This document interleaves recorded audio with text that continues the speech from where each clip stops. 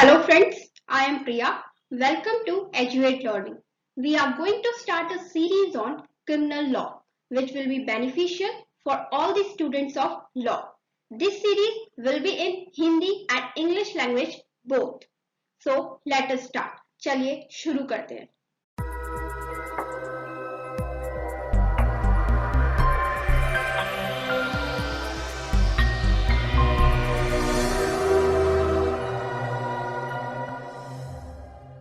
Criminal law is the body of law that relates to crime and its punishment. आपराधिक कानून एक ऐसा कानून है जो कि हमें अपराध और उनमें मिलने वाली सजाओं के बारे में बताता है.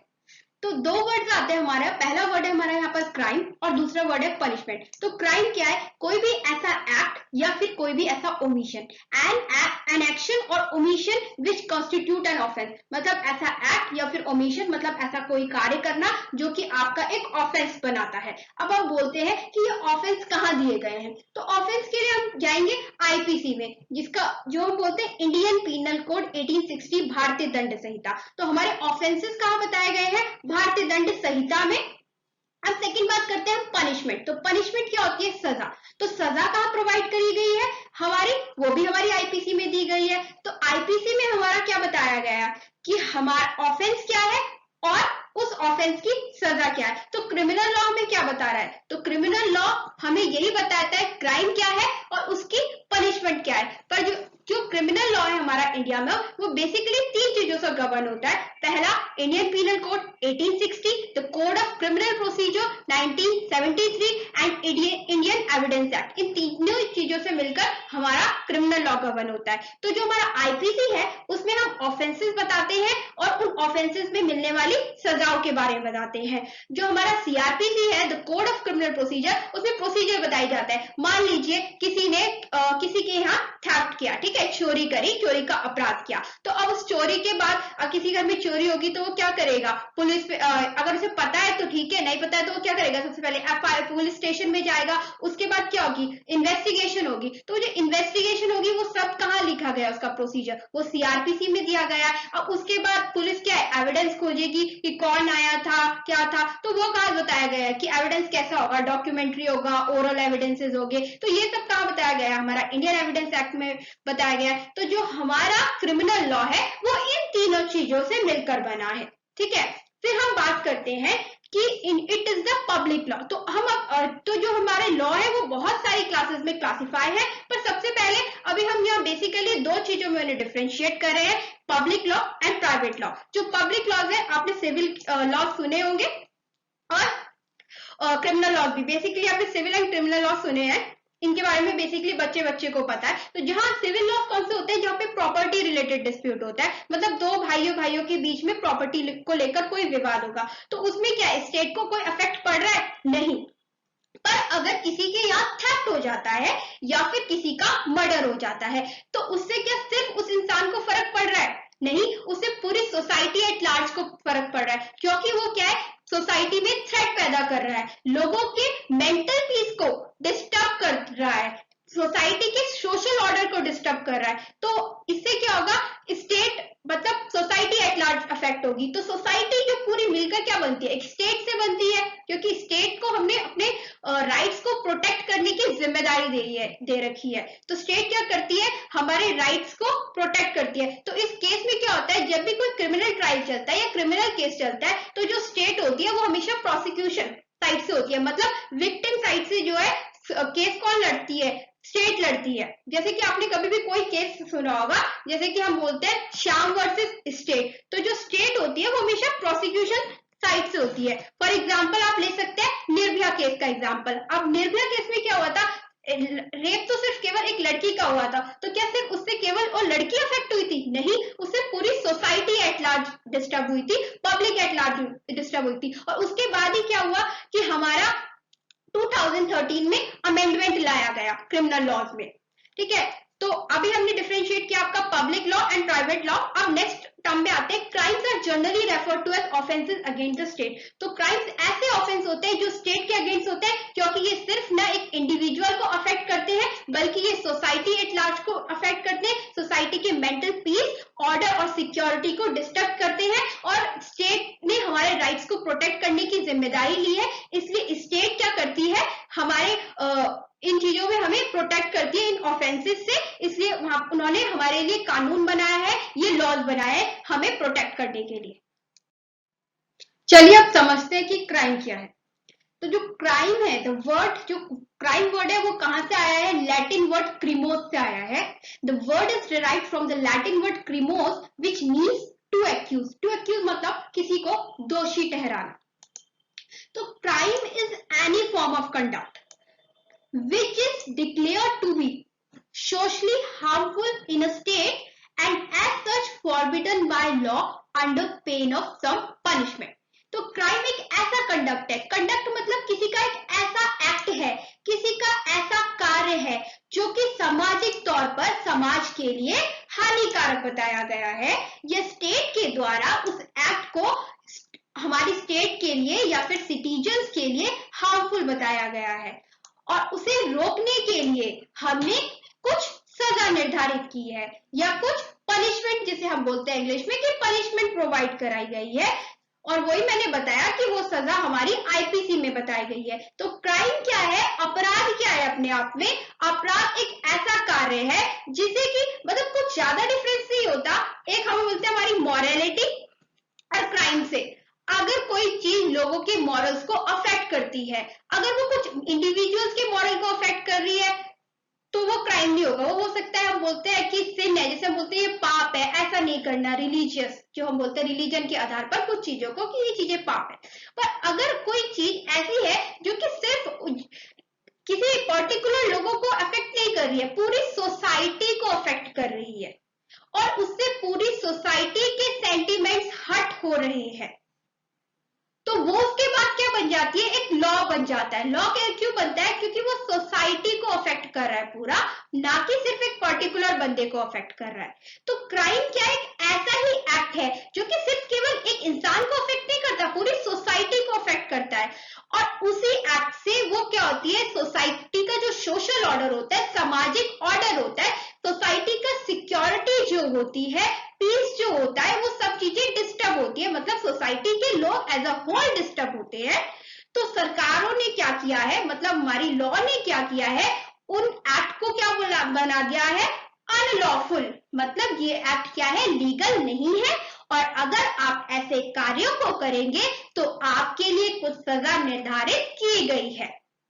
चाहे आप एग्जाम्पल ले सकते हैं मर्डर का या फिर अबेटमेंट का। अगर आप किसी को उकसाते हैं, अबेटमेंट क्या होता है बेसिकली, अगर आप किसी को उकसाते हैं कोई कार्य ऐसा करने के लिए जिससे क्या हो, उसकी मृत्यु कारित हो जाए, मतलब मैंने किसी को अपने हाथों से नहीं मारा, मैंने चाकू नहीं उठाया, ना ही उसके को मारा, बल्कि मैंने उसे इस तरह से मेंटली टॉर्चर किया या फिर कुछ ऐसी परिस्थितियां बनाई जिस कारण से वो इंसान इतना ज्यादा डिस्टर्ब हो गया कि उसने क्या कर लिया, सुसाइड कमिट कर लिया या फिर अपने आप को मार लिया। तो वो भी क्या है, एक क्राइम की श्रेणी में आएगा, वो भी एक अपराध है, और उस अपराध के लिए भी हमारी लॉ मेकर्स ने वो पनिशमेंट प्रोवाइड करी है। अब आ जाते हैं हम कुछ डेफिनेशंस पे। तो पहली डेफिनेशन हम ब्लैकस्टोन की ले रहे हैं, जिन्होंने बोला है a crime is a violation of the public rights and due to the whole community. तो क्राइम क्या है, वायलेशन है, वायलेशन मतलब उल्लंघन है पब्लिक के अधिकारों का, राइट्स का, पब्लिक की दायित्वों का, मतलब लोगों के दायित्वों का, पूरी due to the whole community, मतलब उस पर्टिकुलर अपराध से नहीं केवल वो प्राणी या फिर वही पर्टिकुलर इंसान इंडिविजुअल अफेक्ट नहीं हो रहा है, बल्कि पूरी community as a whole affect हो रही है।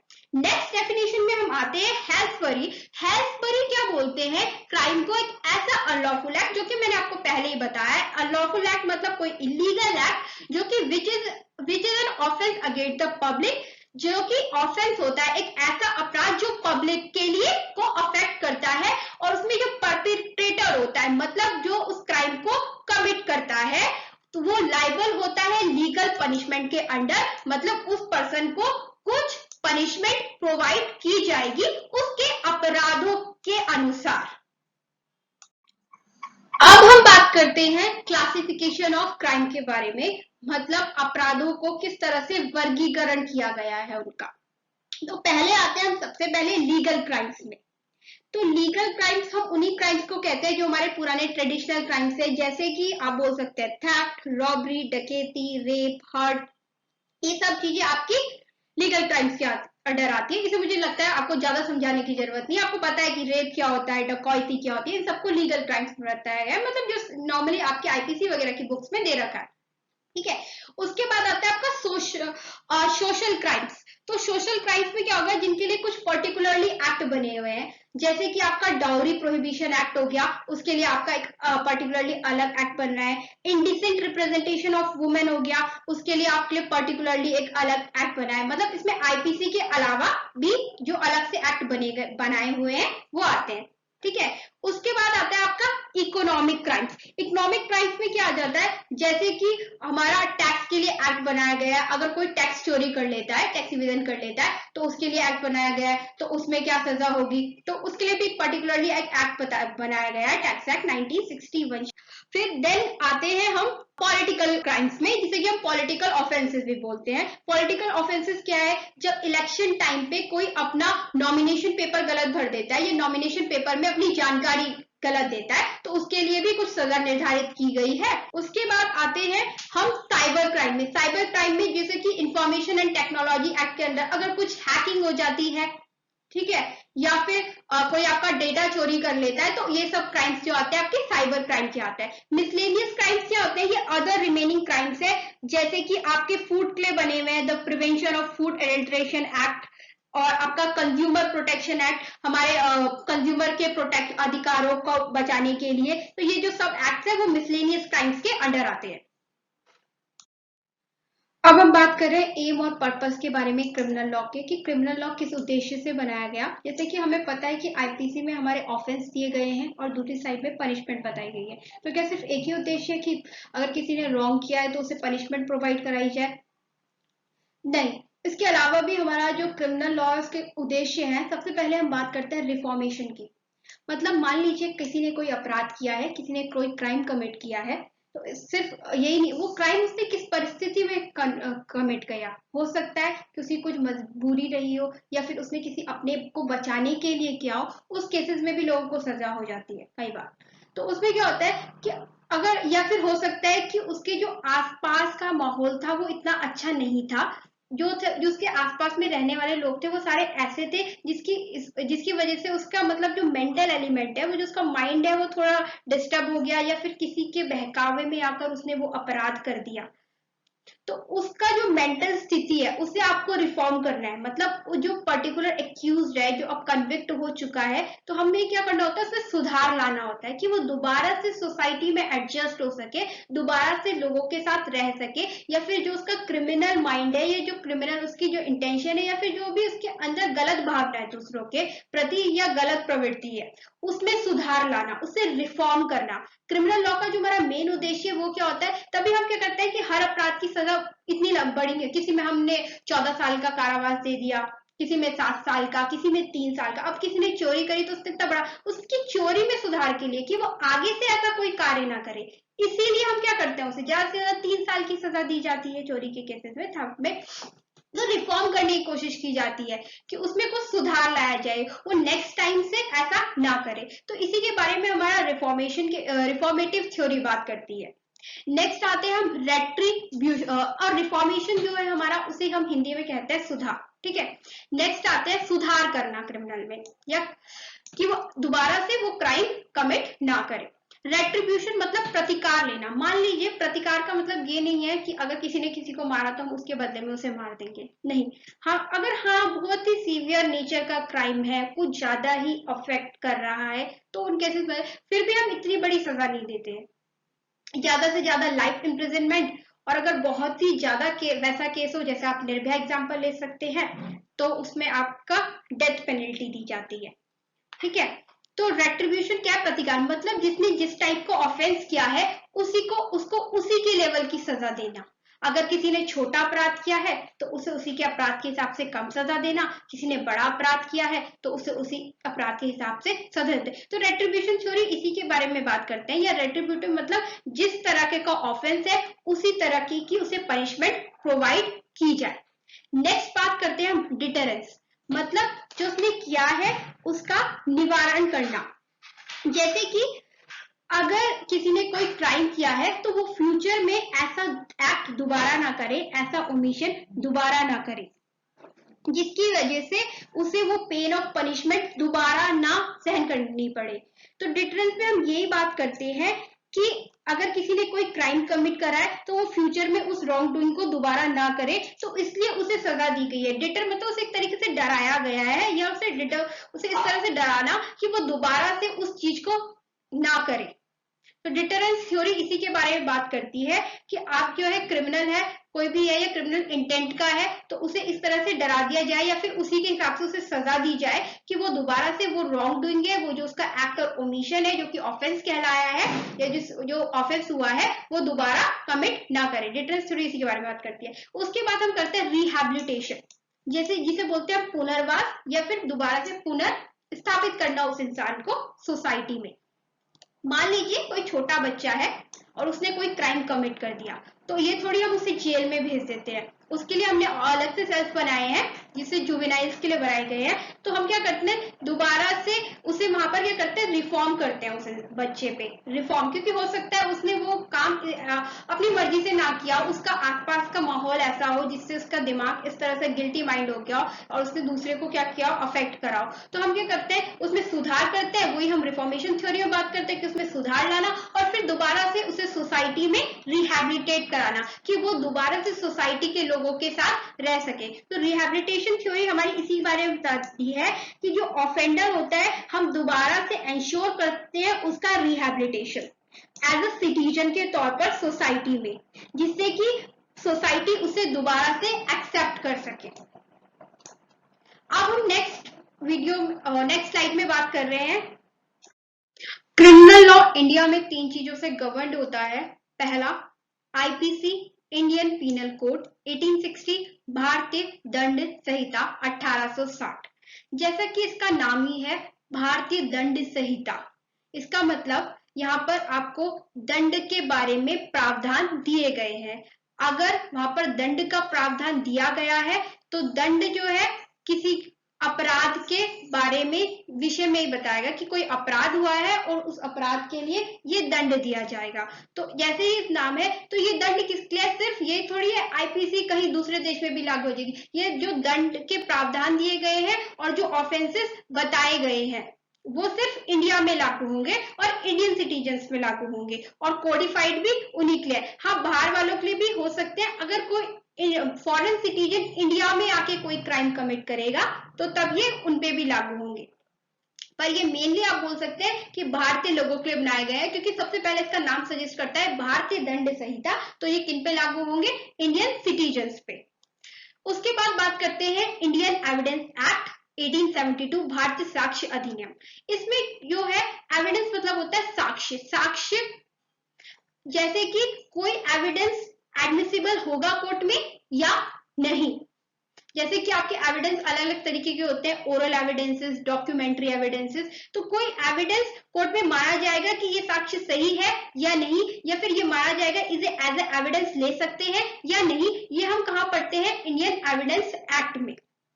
उसके बाद आता है हमारा the code of criminal procedure 1973, दंड प्रक्रिया संहिता 1973, जिसमें कि हम बात करते हैं जो हमारी प्रक्रिया बताई गई है। मतलब जो आईपीसी है वो हमारा एक सब्सटेंटिव लॉ है, तो जो सीआरपीसी है हमारा प्रोसीजर लॉ है। सब्सटेंटिव लॉ में बेसिकली क्या होता है, क्राइम बताए जाते हैं, मतलब ऑफेंसेस की डेफिनेशन दी जाती है और उसकी पनिशमेंट, और उसके जब क्राइम कमिट हो गया उसके बाद का प्रोसीजर क्या होगा, एफआईआर होती है, पुलिस इन्वेस्टिगेशन होती है, ट्रायल चलता है कोर्ट्स में, उसके बाद देखा पुलिस देखती है कि केस कॉग्निजेबल है या नॉन कॉग्निजेबल है। ये सब चीजें हम कहाँ पढ़ते हैं, कोड ऑफ क्रिमिनल प्रोसीजर में, जहाँ पे पूरी प्रक्रिया बताई गई है कि किस तरह से ऑफेंस का जो भी है ट्रायल चलेगा। तो ये सब चीजें जो भी प्रोसीजर है हमारा वो किसमें बताया गया है, the code of criminal procedure में। उसके आज का जो हमारा ये लेक्चर है मैं यही पूरा कर रही हूँ। अब नेक्स्ट लेक्चर जो होगा उसमें हम बात करेंगे एलिमेंट्स ऑफ क्राइम के बारे में, यानी अपराधों के तत्वों के बारे में। ये बहुत ही ज्यादा इंपॉर्टेंट लेक्चर है, तो इसलिए आप इसे जरूर देखिएगा। Thanks for keep learning.